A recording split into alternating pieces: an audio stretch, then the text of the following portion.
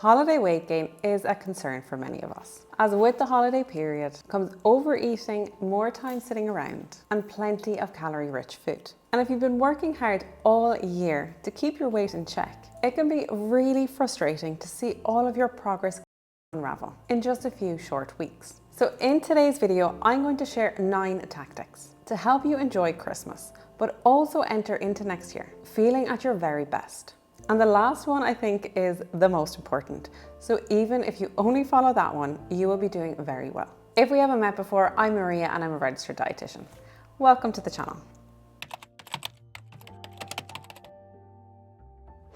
Now you might be surprised to hear that the average person only gains 1 pound over the festive season. But this is the average person. There will be some who gain none and some who will gain far more. I myself am getting married next year and my dress is ordered, so I do not want to be changing dress sizes. But I will still be able to enjoy Christmas and all the food that comes along with it by following these 9 tactics.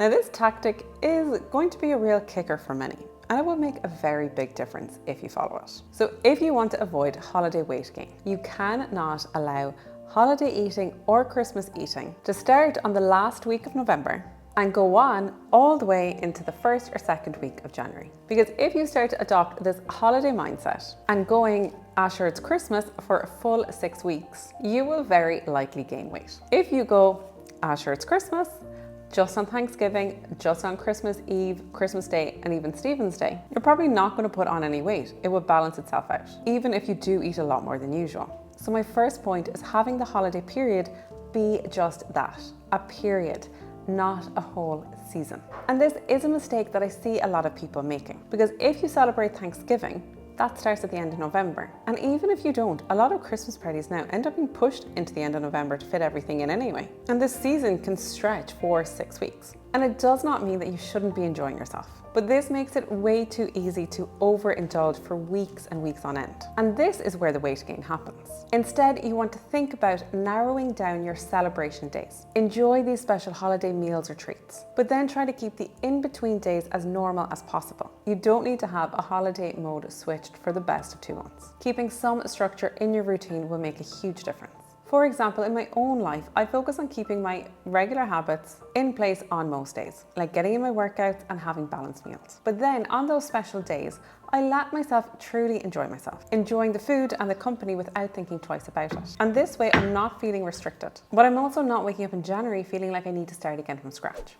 Now I'm going to pause here and ask that if you're enjoying the video so far, I would really appreciate it if you hit the red subscribe button below. And if you've learned something new, I would really appreciate it if you gave the video a thumbs up, because it really helps support my videos do better on the YouTube algorithm. And if you're looking for healthy, high protein recipe ideas, I'd recommend following me over on Instagram.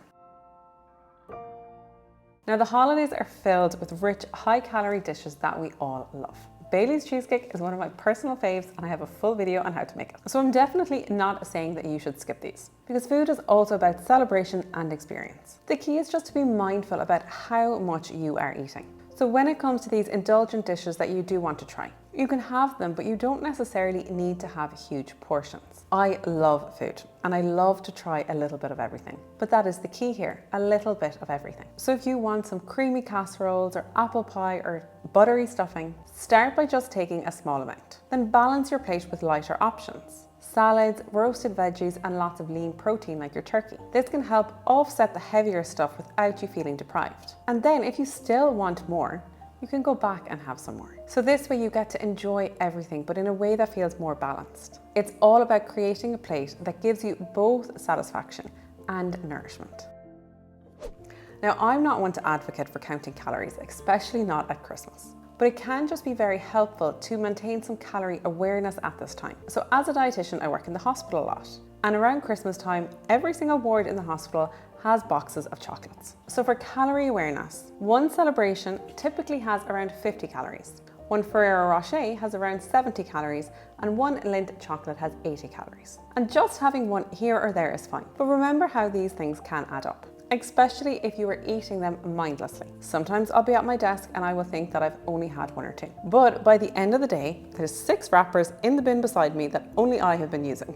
And this can end up being the calorie equivalent of an entire meal. So something as simple as keeping an eye on the wrappers and how many have accumulated at your desk by the end of the day is a good way to keep that awareness of what you are actually consuming. And similarly, things like your eggnog, your hot chocolates, some of the festive Starbucks drinks, and alcohol as well.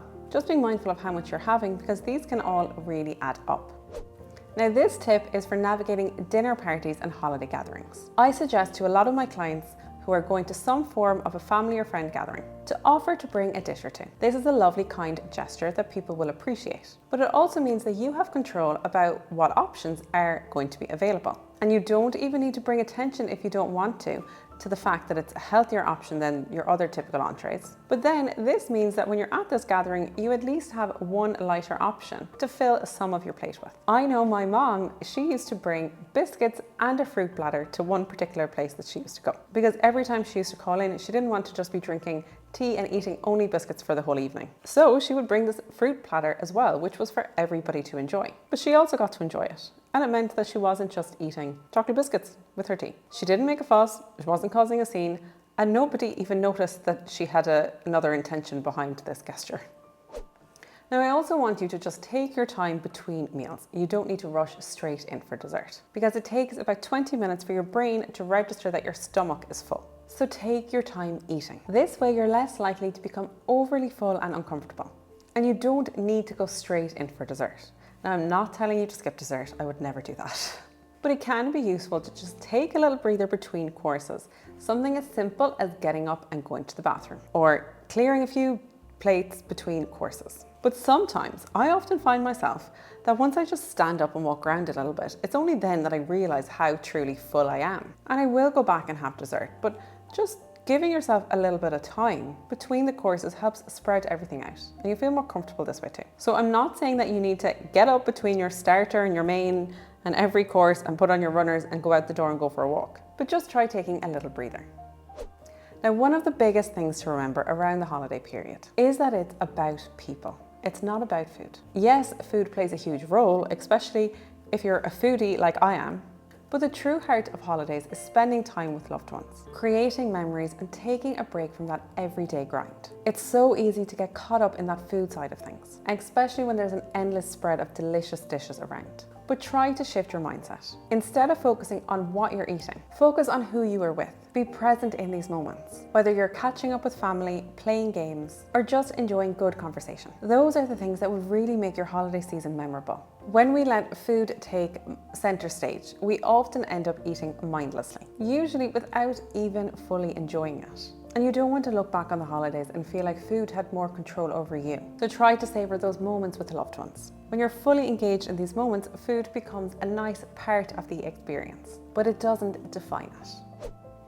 Now, let's be honest, even if we have decided to follow tip 1 and stick with these celebration days, it can be very hard to stick to healthy habits and routines in the days in between, especially when there is so much temptation around us. And the holidays often really throw out our entire routines, especially if you're maybe traveling home for Christmas. So it is common that a lot of my clients and myself, it's pretty easy to lose motivation at this time. So what I recommend is to try and focus on how you want to feel. It's not about how you want to look or a certain number that you want to reach on the scales. Do you want to start the new year feeling energized and strong instead of maybe sluggish and regretful? Keeping that feeling in mind can help you make choices that align with how you want to feel in the long run. And another tip is to set really small, realistic goals during this period. So instead of saying that you're not going to eat any sweets or you're going to work out every single day, aim for something more achievable. Maybe like prioritizing at least having a very balanced breakfast every morning, or going outside for a short walk with a family member or friend.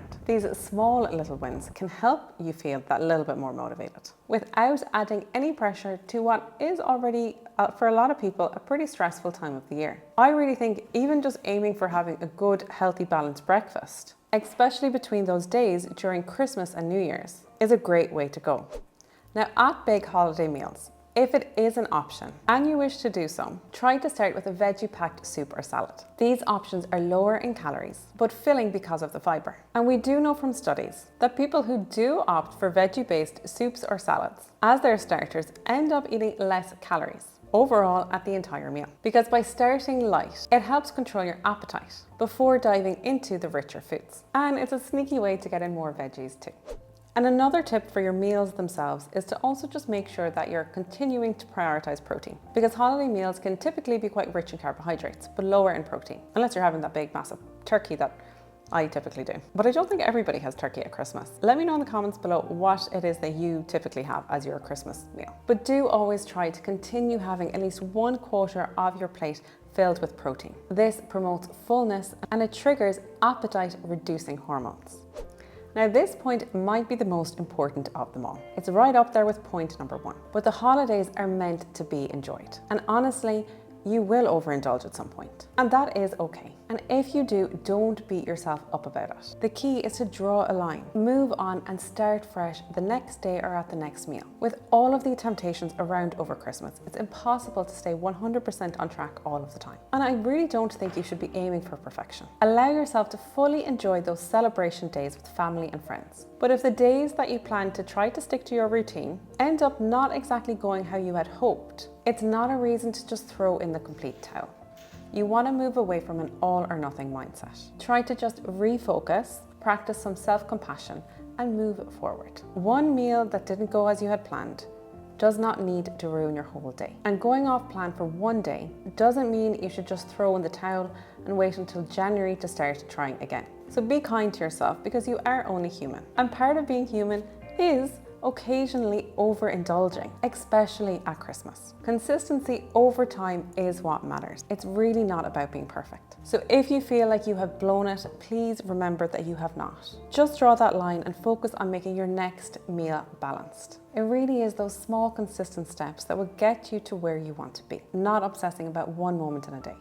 Now, if you enjoyed this video, I'm sure you'll enjoy my cravings video, where I give practical solution to manage all the different types of cravings that there are. But remember, the goal isn't to restrict yourself or stress about every little bite. It's to find balance, stay mindful, and most importantly, enjoy the time with your loved ones. Thank you very much for watching.